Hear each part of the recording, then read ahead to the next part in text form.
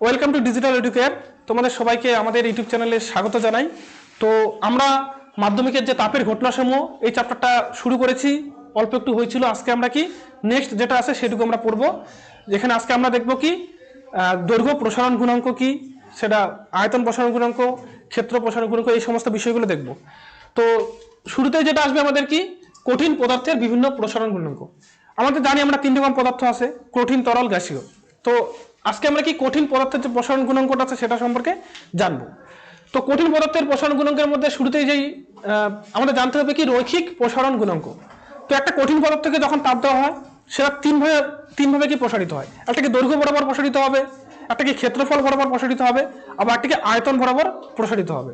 তো যখন কি দৈর্ঘ্য বরাবর মানে লম্বাটা বাড়ছে, আমি এই যে পেনটাকে আছে এটাকে আমি হিট করছি, তাহলে কি লম্বাটা একটু বেশি লম্বা হয়ে যাবে বা দৈর্ঘ্য বরাবর বাড়বে, এটাকে বলা হচ্ছে কি তার রৈখিক প্রসারণ, ঠিক আছে, বা দৈর্ঘ্য প্রসারণ।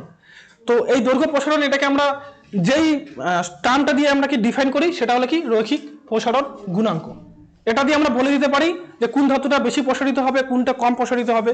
আমরা যদি কি কোনো একটা পদার্থের রৈখিক প্রসারণ গুণাঙ্কের মানটা জানি, ধরলাম কি লোহার ক্ষেত্রে ধরলাম 5 আর কি তামার ক্ষেত্রে 6, তাহলে বলবো কি তামাটা বেশি প্রসারিত হবে, লোহাটা কম প্রসারিত হবে। তাহলে আমাদের মাথায় এই আইডিয়াটা আসার জন্য কি আমাদের এই যে রৈখিক প্রসারণ গুণাঙ্কটা আমাদের জানতে হবে, ঠিক আছে। কি বলছে, কোনো কঠিন পদার্থের একক উষ্ণতা বৃদ্ধিতে এর প্রতি একক দৈর্ঘ্যে যে পরিমাণ দৈর্ঘ্য প্রসারণ হয় তাকে ওই পদার্থের দৈর্ঘ্য প্রসারণ গুণাঙ্ক বলে। তার মানে কি আমরা একটা পদার্থকে যদি 1 ডিগ্রি তাপমাত্রা বাড়াই, সেটা 1 ডিগ্রি সেলসিয়াস হতে পারে, 1 ডিগ্রি ফারেনহাইট হতে পারে, বা 1 কেলভিন হতে পারে। মানে আমরা কি একক বাড়াবো, ঠিক আছে। যদি 1 ডিগ্রি বাড়াই এর ফলে কি ওটা দৈর্ঘ্য বাড়বে। এবার বলছে কি প্রতি একক দৈর্ঘ্যে যে পরিমাণ দৈর্ঘ্য প্রসারিত হয় তাকেই রৈখিক প্রসারণ গুণাঙ্ক বলে। মানে 1 সেন্টিমিটারে যতটা প্রসারিত হবে বা 1 মিটারে যতটা প্রসারিত হবে সেটাকেই বলা হবে কি তার রৈখিক প্রসারণ গুণাঙ্ক। তার মানে কি টোটালটা কতটা হচ্ছে সেটা আমাদের ইম্পর্টেন্ট না, 1 মিটার যদি থাকে সেটা কত মিটার হয়ে যাচ্ছে, 1 থেকে কত হচ্ছে, 2 হচ্ছে, 3 হচ্ছে, সেখান থেকে আমরা বলবো কি তার রৈখিক প্রসারণ গুণাঙ্ক। সেটা আমরা কি অঙ্কের মাধ্যমে আমরা এটার মানটা বের করতে পারি। এই সূত্রটা আমাদের খুবই ইম্পর্টেন্ট সূত্র, ঠিক আছে। এই সূত্রটা কেমন করে আসে সেটা আমাদের জানতে হবে। কি বলছে দেখো, এখানে একটা আমাদের কি একটা ধাতুর একটা পাত নিয়ে রেখেছি বা একটা দ্বন্দ্ব। এই দ্বন্দ্বটা কি দৈর্ঘ্যটা বলেছে এল। আমরা এখান থেকে দেখি, হ্যাঁ, এখানে যে মানগুলো দেওয়া আছে সেটা অন্য দেওয়া আছে, আমরা এই মানগুলো দিয়ে অঙ্কটা করেছি, আমরা এই মানগুলো দেখবো। তো ধরলাম কি এই যে আমাদের দ্বন্দ্বটা আছে সেটা দৈর্ঘ্য কত L1, শুরুতে যখন ছিল L1, তাপমাত্রা কত ছিল θ1 ডিগ্রি সি। যখন তাপমাত্রা ছিল θ1 ডিগ্রি সি তখন দৈর্ঘ্যটা কত ছিল L1। এবার আমি কি করলাম, তাপমাত্রাটা বাড়াচ্ছি, বাড়তে বাড়তে কত করলাম θ2 নিয়ে গেলাম। শুরুতে ছিল কত θ1, তাপমাত্রা বাড়িয়ে আমি কত করলাম θ2। যখন θ2 করলাম তখন আবার ওর দৈর্ঘ্যটা মেপে দেখলাম সেটা একটু হলো বাড়বে, বেড়ে কত হলো L2 হলো, ঠিক আছে। তো শুরুতে যখন θ1 তাপমাত্রা ছিল তখন ওর দৈর্ঘ্যটা কত ছিল L1, আমি তাপমাত্রা বাড়ালাম, বাড়িয়ে কত করলাম θ2 করলাম, তারপর আবার মেপে দেখলাম কত হলো এটা L2, ঠিক আছে। তাহলে এখানে বলছে কি তাপমাত্রা আমি কতটুকু বাড়ালাম, θ1 ছিল θ2 করলাম, কতটুকু বাড়ালাম θ2 মাইনাস θ1, এতটুকু তাপমাত্রা বাড়িয়েছি। তাহলে θ2 মাইনাস θ1 ডিগ্রি সি উষ্ণতা বৃদ্ধিতে ওর দৈর্ঘ্য কতটুকু বৃদ্ধি পেল L2 মাইনাস L1, ঠিক আছে। এটা সিম্পল জিনিস, আগে L1 ছিল এখন L2, তাহলে বৃদ্ধি কতটুকু হলো L2 মাইনাস L1। তাহলে এতটুকু তাপমাত্রা বৃদ্ধির জন্য দৈর্ঘ্য বৃদ্ধি কি L2 মাইনাস L1। তাহলে কি θ2 মাইনাস θ1 ডিগ্রি সি উষ্ণতা বৃদ্ধিতে প্রতি একক দৈর্ঘ্যে কতটা বৃদ্ধি পাচ্ছে। যখনই বলবে প্রতি একক তখনই তোমরা কি করবে, ওর যে শুরুতে দৈর্ঘ্যটা ছিল সেটা দিয়ে ভাগ করে দিবে। প্রতি একক যখনই কথাটা আসবে তার মানে আমরা কি করবো, প্রতি একক দৈর্ঘ্য মানে ওর যে শুরুতেই যতটা ছিল দৈর্ঘ্য, শুরুতে কত L1 ছিল, এটাকে আমি কি করবো L1 দিয়ে ভাগ করে দিব। তাহলে L2 minus L1 by L1। তাহলে ওর প্রতি একক দৈর্ঘ্য বৃদ্ধিতে ওর দৈর্ঘ্য প্রসারণ কতটুকু হচ্ছে L2 minus L1 by L1 হলো। এবার আমাদের কি বের করতে হবে, দৈর্ঘ্য প্রসারণ গুণাঙ্ক। এটা মানে কি 1 ডিগ্রি সি উষ্ণতা বৃদ্ধিতে কতটা বাড়ছে এটাই আমাদের বের করতে হবে। আমাদের তো ওই θ2 মাইনাস θ1 ডিগ্রি সি বের করে লাভ নেই, আমাদের বের করতে হবে কি একক উষ্ণতা বৃদ্ধি। তাহলে কি করবো, 1 ডিগ্রি সি উষ্ণতা বৃদ্ধিতে ওর দৈর্ঘ্য বৃদ্ধি কতটা হবে সেটাকেই বলা হয় দৈর্ঘ্য প্রসারণ গুণাঙ্ক। আমরা আলফা দিয়ে লিখি, ঠিক আছে। সমান সমান কি এটা যা আছে তাই থাকলো, নিচে কি θ2 মাইনাস θ1 দিয়ে ভাগ হয়ে গেল। কত দিয়ে ভাগ হবে, θ2 মাইনাস θ1 দিয়ে ভাগ হয়ে যাবে। এটা আমাদের সিম্পল ঐকিক নিয়মের অঙ্ক। আমরা ঐকিক নিয়ম যখন করেছিলাম তখন কি কি শিখেছিলাম, 5 জন লোক একটি কাজ করতে 7 দিন লাগে, তাহলে একজন লোকের কাজটি করতে 7/5 দিন লাগবে, মানে এই পাশেরটা ওর নিচে চলে যায়। সিম্পল কথা, θ2 মাইনাস θ1 এর জন্য যদি L2 minus L1 by L1 হয় তাহলে 1 ডিগ্রির জন্য কি হবে, এটা যা থাকবে তাই, কিন্তু আমাদের এই যে এটা চলে আসবে কোথায়, এর নিচে, মানে ভাগ হয়ে যাবে। ভাগ মানে এই যে নিচে চলে আসলো θ2 মাইনাস θ1, এই ব্র্যাকেটটা এখানে হবে। তো L2 minus L1 by L1 theta 2 minus theta 1, এটাই হলো কি ওর দৈর্ঘ্য প্রসারণ গুণাঙ্কের মান। তো তোমাদের এই সূত্রটা ভালো করে মনে রাখতে হবে। সূত্রটা কি, দৈর্ঘ্য প্রসারণ গুণাঙ্কের মান কত হয়, alpha equals to L2 minus L1 by L1 into theta 2 minus theta 1, এটা আমাদের কি দৈর্ঘ্য প্রসারণ গুণাঙ্কের মান। নেক্সট আছে কি ক্ষেত্র প্রসারণ গুণাঙ্ক। ক্ষেত্র মানে ক্ষেত্রফল। এর আগে আমরা কি দেখলাম, একটা জিনিসে তাপ দিচ্ছি সেটা দৈর্ঘ্যটা বেড়ে যাচ্ছে। এবার এমন হতে পারে আমি তাপ দিচ্ছি তার ক্ষেত্রফলটা বেড়ে যেতে পারে। এই যে ক্ষেত্রফল বাড়লে যেটা আসে সেটাকে কি বলা হয়, ক্ষেত্র প্রসারণ গুণাঙ্ক। কি বলছে, আগেরটা যদি বুঝে থাকো এগুলো সব সিম্পল, একই জিনিস, খালি একটু অন্যরকম করে এই লেখাগুলো পাল্টাবে। এল এর জায়গায় এ আসবে, এল এর জায়গায় ভি আসবে, সব একই থাকবে। কি বলতে দেখো, কোন কঠিনের একক উষ্ণতা বৃদ্ধিতে এর পৃষ্ঠতলের একক ক্ষেত্রফলে যে পরিমাণ ক্ষেত্রফল বৃদ্ধি পায় তাকে ওই পদার্থের কি ক্ষেত্র প্রসারণ গুণাঙ্ক বলে। আগেরটা এটা একদম সেম, খালি ওখানে কি দৈর্ঘ্য ছিল, এটা এখানে আসবে কি ক্ষেত্রফল। তাহলে আমি কি কোনো একটা পদার্থের 1 ডিগ্রি সি তাপমাত্রা বাড়ালাম, 1 ডিগ্রি সি হতে পারে, 1 ডিগ্রি ফারেনহাইট হতে পারে, বাকি 1 কেলভিন হতে পারে। এক তাপমাত্রা মানে একক তাপমাত্রা যখনই বাড়াবো তখনই কি হবে, তার ক্ষেত্রফলটা বাড়বে। এবার প্রতি একক ক্ষেত্রফলে যতটা ক্ষেত্রফল বাড়বে সেটাকে বলা হবে কি তার ক্ষেত্র প্রসারণ গুণাঙ্ক। এটা বের করার জন্য আমরা কি করব, আবার সেম আগের মতো এইভাবে অঙ্ক করব, অঙ্ক করে এর মানটা বের করব। তো ধরলাম কি একটা এখানে একটা পদার্থ রয়েছে, তার ক্ষেত্রফলটা কত A1। আমি একটা পদার্থ নিয়েছি যার ক্ষেত্রফলটা শুরুতে কত ছিল A1, কখন, যখন তাপমাত্রা ছিল থিটা 1 ডিগ্রি সি। যখন থিটা 1 ডিগ্রি সি ছিল তখন কি ছিল, ক্ষেত্রফলটা ছিল A1। এবার আমি আবার তাপমাত্রা বাড়ালাম, বাড়িয়ে কি থিটা 2 করলাম, যখন থিটা 2 হয়ে যাবে তখন ওর ক্ষেত্রফলটা A2 হয়ে গেল। তাহলে A1 ছিল, হয়ে গেল কত A2। ঠিক আছে, যদি এটা হয় তাহলে থিটা 2 মাইনাস থিটা 1, এতটুকু তাপমাত্রা বাড়ানোর জন্য আয়তন কতটুকু বাড়লো, A2 মাইনাস A1। তাহলে এখন প্রতি এককে কতটা বাড়বে, ওটা শুরুতে যতটা ক্ষেত্রফল ছিল সেটা দিয়ে ভাগ করতে হবে। আগেরটা যেমন কি, আগেরটা তো আমরা সেম জিনিস করেছি, এখানেও সেম করব। একক যখনই আসবে, একক আসলে কি হবে, ওর শুরুতে যতটুকু ক্ষেত্রফল ছিল সেটা দিয়ে ভাগ করতে হবে। আবার যখন 1 ডিগ্রি সি উষ্ণতার জন্য যখন বের করব তখন কি হবে, এই যে থিটা 2 মাইনাস থিটা 1 আগেরটার মধ্যে সেম, এখানে নিচে চলে আসবে, এটা থিটা 2 মাইনাস থিটা 1, হ্যাঁ জিরো লেখা আছে, জিরো না, এটা কি থিটা 2 মাইনাস থিটা 1। তাহলে কি হবে, A2 minus A1 by A1, এটা তো আগে থেকে ছিল, এটা তার সাথে নিচে খালি কি থিটা 2 মাইনাস থিটা 1 দিয়ে ভাগ হয়ে যাবে। তাহলে আগেরটার মতো সেম একদম পরপর ক্যালকুলেশন। আশা করি এটাতে বোঝানোর বিশেষ কিছু নেই। তো এটা তোমরা মনে রাখবে কি, ক্ষেত্র প্রসারণ গুণাঙ্কের মান কত হয়, এটাকে বিটা দিয়ে লেখা হয়। ঠিক আছে, এই চিহ্নটার নাম কি বিটা। বিটা সমান কত হয়, A2 minus A1 by A1 theta 2 minus theta 1। এটা বলে আমাদের কি ক্ষেত্র প্রসারণ গুণাঙ্ক। আরেকটা আছে কি আয়তন প্রসারণ গুণাঙ্ক।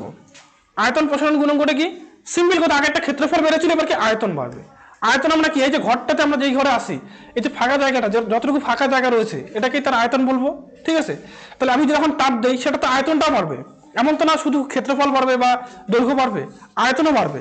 এবার আয়তনটা আমরা যেই রাশিটা দিয়ে আমরা ডিফাইন করি সেটা হলো কি আয়তন প্রসারণ গুণাঙ্ক। কি বলছে এখানে, একদম আগের গুলোর মতো সেম, এখানে বিশেষ কিছু এক্সট্রা নেই। এখানে বলছে কোনো কঠিন বস্তুর উষ্ণতা 1 ডিগ্রি সি লেখা আছে, কিন্তু এখানে সি এখানে লেখার দরকার নেই। 1 ডিগ্রি বৃদ্ধি করলে ওর একক আয়তনে যে পরিমাণ আয়তন বৃদ্ধি ঘটে তাকে এই কঠিনের কি বলা হয়, আয়তন প্রসারণ গুণাঙ্ক বলে। মানে একক আয়তনে যতটুকু আয়তন বৃদ্ধি পাবে সেটাকে বলা হবে কি তার আয়তন প্রসারণ গুণাঙ্ক। একদম সেম জিনিস, একটা বস্তু ছিল, তার আয়তন ছিল কি ভি, যখন থিটা 1 ডিগ্রি সি ছিল তখন আয়তন ছিল V1, যখন থিটা 2 করা হলো তখন এটা হয়ে যাবে কি, এটা V2 হবে, V2 হবে। সিম্পল আগেরটার মতো সেম, থিটা 1 ছিল, আয়তন কত ছিল V1, তাপমাত্রা করলাম থিটা 2, আয়তন হয়ে গেল কত V2। তাহলে এতটুকু উষ্ণতা বৃদ্ধির জন্য ওর আয়তন কতটুকু হলো, এতটুকু হলো V2 মাইনাস V1। আবার কি একক যখন বের করবো, এখানে এককটা বের করা নেই। ঠিক আছে, একক আয়তনের ক্ষেত্রে কত হবে, এটাই থাকবে V2 মাইনাস V1 বাই আসবে কি V1।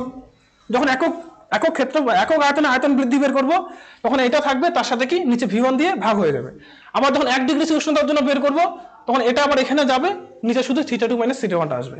তাহলে আগের গুলো এগুলো সব কিন্তু পরপর একই রকম ক্যালকুলেশন, এগুলো বিশেষ কিছু বোঝানোর নেই, তোমরা এগুলো একটু দেখে রাখবে। তাহলে এটা কত হচ্ছে আমাদের আয়তন প্রসারণ গুণাঙ্কের মানটা, এটা গামা অ্যাকচুয়ালি, হ্যাঁ এখানে ওয়াই লেখা আছে, এটা অ্যাকচুয়ালি কি হবে গামা হবে, আমরা এটাকে গামা দিয়ে লিখি। ঠিক আছে, গামা সমান কি হবে V2 minus V1 by V1 into theta 2 minus theta 1। এটা হলো আমাদের কি আয়তন প্রসারণ গুণাঙ্ক। আশা করি এগুলো বুঝতে কারো অসুবিধা হবে না। নেক্সট এবার আমরা এই যে বিভিন্ন রকম যে আমাদের প্রসারণ গুণাঙ্কগুলো দেখলাম, কয়টা, তিনটে দেখলাম। একটা দৈর্ঘ্য প্রসারণ গুণাঙ্ক, ক্ষেত্র প্রসারণ গুণাঙ্ক আর আয়তন প্রসারণ গুণাঙ্ক। তো এদের তিনটের মধ্যে একটা সম্পর্ক রয়েছে, ঠিক আছে? এই সম্পর্কটা কেমন করে আসে সেটা তোমাদের সিলেবাসে নেই, খালি তোমাদের জানতে হবে কি যে সম্পর্কটা কেমন। এদের সম্পর্কটা কি বলেছে, alpha equals to beta by two equals to gamma by three. আলফাটা কি দৈর্ঘ্য প্রসারণ গুণাঙ্ক, বিটাটা হলো ক্ষেত্র প্রসারণ গুণাঙ্ক, গামাটা হলো কি আয়তন প্রসারণ গুণাঙ্ক। এদের মধ্যে সম্পর্ক কি হয়, alpha equals to beta by two equals to gamma by three. যদি অনুপাতের আকারে লিখি, তোমরা হয়তো অঙ্কে অনুপাত চ্যাপ্টার করেছো, সেখানে যদি এরকম করে থাকে তাহলে আমরা alpha is to beta is to gamma সমান সমান 1:2:3 লিখতে পারি, ঠিক আছে? এটা অনুপাতের জিনিস। তো আমরা কি করি, alpha is to beta is to gamma সমান সমান কি লিখতে পারি 1:2:3। এটা হলো কি আলফা বিটা গামার মধ্যে সম্পর্ক। এককগুলো কি কি, একক হলো সিম্পল কথা সিজিএস এর ডিগ্রি সি ইনভার্স, মানে Celsius, degree Celsius inverse. SI পদ্ধতিতে কি ডিগ্রি কে ইনভার্স, আর আমাদের আরেকটা আছে কি এফপিএস পদ্ধতি, সেখানে ডিগ্রি এফ ইনভার্স। এই হলো কি আমাদের দৈর্ঘ্য প্রসারণ গুণাঙ্ক বা যে কোনো প্রসারণ গুণাঙ্কের একক। প্রসারণ গুণাঙ্কের এককটা সবসময় একই, সেটা দৈর্ঘ্য হোক, প্রস্থ হোক, দৈর্ঘ্য হোক, আয়তন হোক বা ক্ষেত্রফল, ওদের এককটা কিন্তু একই থাকে তিন জায়গাতেই। আর এককটা কত হয়, ডিগ্রি সি ইনভার্স বা ডিগ্রি কে ইনভার্স বা কি ডিগ্রি এফ ইনভার্স। আবার এদের যে তিনটে একক দেখছিস এদের মধ্যে একটা সম্পর্ক আছে, সম্পর্কটা কি এই যে এখানে আছে, ডিগ্রি সি ইনভার্স সমান সমান কি ডিগ্রি কে ইনভার্স, দুইটি একই হয়, ঠিক আছে? আর যখন ফারেনহাইটে আসে তখন কি হয় 5/9 ডিগ্রি ফারেনহাইট ইনভার্স, ঠিক আছে? তাহলে এখান থেকে আমরা কি বলতে পারি, এটা কেন দেওয়া আছে, এটা আমাদের জানা কেন জরুরি? এবারে মাধ্যমিক পরীক্ষা একটা অঙ্ক এসেছিল, একদম সিম্পল অঙ্ক, কিন্তু কেউ করতে পারেনি। কি বলেছিল, অ্যালুমিনিয়ামের, মনে নেই আমার অঙ্কটা ঠিক, বলছে অ্যালুমিনিয়ামের দৈর্ঘ্য প্রসারণ গুণাঙ্ক 2.1 সামথিং এরকম ছিল, হ্যাঁ আমার মনে নেই, 10⁻⁻6 ডিগ্রি সি ইনভার্স এরকম করে দেওয়া ছিল। কোশ্চেনটা দেওয়া ছিল কি অ্যালুমিনিয়ামের দৈর্ঘ্য প্রসারণ গুণাঙ্ক এত, এসআই পদ্ধতিতে এর মান কত হবে। সিম্পল কোশ্চেন দিয়েছিল, এসআই পদ্ধতিতে মানটা বের করতে বলেছিল। তো এসআই এককটা কি আমাদের কেলভিন ইনভার্স, না আলটিমেট এটাকে কি কেলভিন ইনভার্স এককে ট্রান্সফার করতে বলেছে। তো আমরা এখানে দেখছিস কি ডিগ্রি সি ইনভার্স আর কেলভিন ইনভার্সের মধ্যে কি সরাসরি সম্পর্ক, ডিগ্রি সি ইনভার্স সমান সমান ডিগ্রি কে ইনভার্স, মানে এখানে কিছুই করতে হবে না, খালি 2.1 লিখতে হবে ইনটু 10⁻⁻6 খালি ডিগ্রি কে ইনভার্স, খালি এককটা চেঞ্জ করে দিলেই হয়ে যেত, কিন্তু কেউ করতে পারেনি, মানে বেশিরভাগই যারা পড়ছে তারা করতে পেরেছে। আরেকটা আছে কি, এটাই যদি বলতে কি ফারেনহাইটে নিয়ে যেতে, যদি বলতে কি এখানে ডিগ্রি সি ইনভার্স আছে, আমি কি করব ফারেনহাইটে নিয়ে যাব, তাহলে আমাকে কি করতে হবে, কে জায়গায় না, আমাদের দেখ কি বলেছে 5/9 আছে না একটা, তাহলে আমাকে এটাকে 5/9 দিয়ে গুণ করতে হতো, 5/9 into 2.1 into 10⁻⁻6 degree F inverse. Simple, তাহলে এই সম্পর্ক, তিনটে সম্পর্ক যদি আমরা জানতে পারি সিম্পলি করতে পারবো, ঠিক আছে? তাহলে কি যেহেতু ডিগ্রি সি থেকে আমাকে কি কেতে আসতে বলেছে, ডিগ্রি সি থেকে কে মাঝখানে কিচ্ছু নেই, দুইটা সমান হয়, তাহলে আমরা কি সমানই রেখে দেবো, কোনো গুণটুন করতে হবে না। কিন্তু যদি বলে ডিগ্রি সি থেকে ফারেনহাইটে নিয়ে যেতে, তাহলে এখানে কি 5/9 একটা সম্পর্ক রয়েছে, তাহলে 5/9 দিয়ে আমাকে এখানে গুণ করতে হবে, তাহলে আমাদের কি হয়ে যাবে, ঠিক আছে? তাহলে তোমরা আশা করি এগুলো বের করতে পারবে পরীক্ষা যদি আসে। যেহেতু এটা দিয়ে দিছে, এটা দেওয়ার চান্স নেই, ফারেনহাইটে দিতে পারে, ফারেনহাইটে মনে রাখবে কি 5/9 দিয়ে গুণ করতে হবে, বা যদি উল্টো করে দেয় ফারেনহাইটে দিয়ে যায় ডিগ্রি সিতে আনতে বলে, তাহলে কি 9/5 দিয়ে গুণ করতে হবে, হ্যাঁ 9/5 দিয়ে গুণ করতে হবে, আর 5/9 দিয়ে ভাগ করতে হবে, 5/9 দিয়ে ভাগ করা আর 9/5 দিয়ে গুণ করা একই বিষয়, ঠিক আছে? তাহলে এক্স আছে, এক্স কে যদি আমি 5/9 দিয়ে ভাগ করি 5/9, তো পরের লাইনে কি হবে এক্স, এটা উপরে উঠে যাবে, উপরে উঠে কি উল্টে যাবে 9/5 হয়ে যাবে। তো 9/5 দিয়ে গুণ করা আর 5/9 দিয়ে ভাগ করা একই জিনিস। তো তোমাদের যদি ফারেনহাইটে দেওয়া থাকে, যদি বলে সেলসিয়াসে বের করো, তাহলে তোমরা কি এটা উল্টে দিয়ে গুণ করে দিবে, 5/9 আছে 9/5 দিয়ে গুণ করে দিবে, সিম্পল, ঠিক আছে?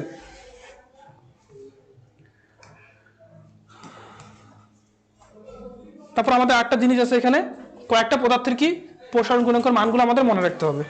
কেন মনে রাখতে হবে, তোমাদের পরীক্ষা এইভাবে দেয় যে লোহা, পিতল ও তামা এদের কি দৈর্ঘ্য প্রসারণের গুণাঙ্কের ঊর্ধ্বক্রমে সাজাও, ঠিক আছে? এইভাবে কোশ্চেন পরীক্ষা দিবে, যে বলছে পিতল, লোহা, ইস্পাত এদের কি দৈর্ঘ্য প্রসারণ গুণাঙ্কের ঊর্ধ্বক্রমে সাজাও, মানে কোনটার কম থেকে কোনটার বেশি থেকে পরপর সাজাতে হবে। কিন্তু তোমাদের এই মানগুলো একটু হালকা করে মনে রাখতে হবে, যে কোনটার ক্ষেত্রে কত হয়। যেমন পিতলের ক্ষেত্রে কত হয় 19 ইন্টু 10⁻⁻6 ডিগ্রি সি ইনভার্স। আরেকটা কি আছে লোহা, লোহার ক্ষেত্রে কত হচ্ছে, লোহার ক্ষেত্রে হচ্ছে 12 ইন্টু 10⁻⁻6 ডিগ্রি সি ইনভার্স। ইস্পাতের ক্ষেত্রে কত হচ্ছে 11 ইন্টু 10⁻⁶ ডিগ্রি সি ইনভার্স। তো এগুলো মোটামুটি মনে রাখবে, এগুলো তো বোঝানো কিচ্ছু নেই। এখান থেকে এই জিনিসটা মনে রাখবে, হ্যাঁ ইনভার, ইনভার একটা পদার্থ যেটা অ্যাকচুয়ালি কি নিকেল আর ইস্পাত দিয়ে তৈরি করা হয়, নিকেল ও ইস্পাতের দুটো মিশিয়ে আমাদেরকে ইনভার্টার তৈরি করা হয়। আর এটার প্রসারণ গুণাঙ্ক কত 0.9 ইন্টু 10⁻⁶। এটা সবচেয়ে কম হয়। দেখো এখানে যতগুলো আছে সবচেয়ে কম প্রসারণ গুণাঙ্ক কার এটার, মানে এটাকে তাপ দিলেও প্রসারিত হয় না, এতটাই শক্ত। লোহাকেও তাপ দিয়ে বড় করা যায়, বাকি সবগুলোকে করা যায়, কিন্তু এই যে এটাকে করা খুব মুশকিল হয়ে যায় বাকিদের তুলনায় আর কি। তো এটা মোটামুটি আমাদের আজকের ভিডিওটি এখানেই শেষ হবে। তো তোমরা মোটামুটি আজকে কি যে কঠিন পদার্থের যে প্রসারণ গুণাঙ্কটা দেখলে, নেক্সট দিন আমরা কি দেখবো, তরলের প্রসারণ গুণাঙ্ক। ঠিক আছে, তরলের ক্ষেত্রে যে আমি তাপ দেই সেখানে কি কি হবে, কিছু বিশেষ বৈশিষ্ট্য রয়েছে। এখানে যেমন আমরা 3টে দেখলাম, ওখানে আমরা 3টে দেখবো না। এখানে প্রসারণ গুণাঙ্ক 3 রকম দেখলাম, ওখানে থাকবে না। কেন থাকে না এগুলো তোমাদের পরীক্ষা আসে, তো পরের দিন আমরা সেটা নিয়ে আলোচনা করব। তো আজকে ভিডিও এখানে শেষ করছি। তোমরা যারা অনলাইন দেখছো তোমরা অবশ্যই চ্যানেলটিকে সাবস্ক্রাইব করবে এবং আমাদের কি ভিডিওগুলো দেখতে থাকো। তোমরা অবশ্যই উপকৃত হবে এবং পরীক্ষা এখান থেকে অবশ্যই কমন পাবে। সবাইকে অনেক অনেক ধন্যবাদ।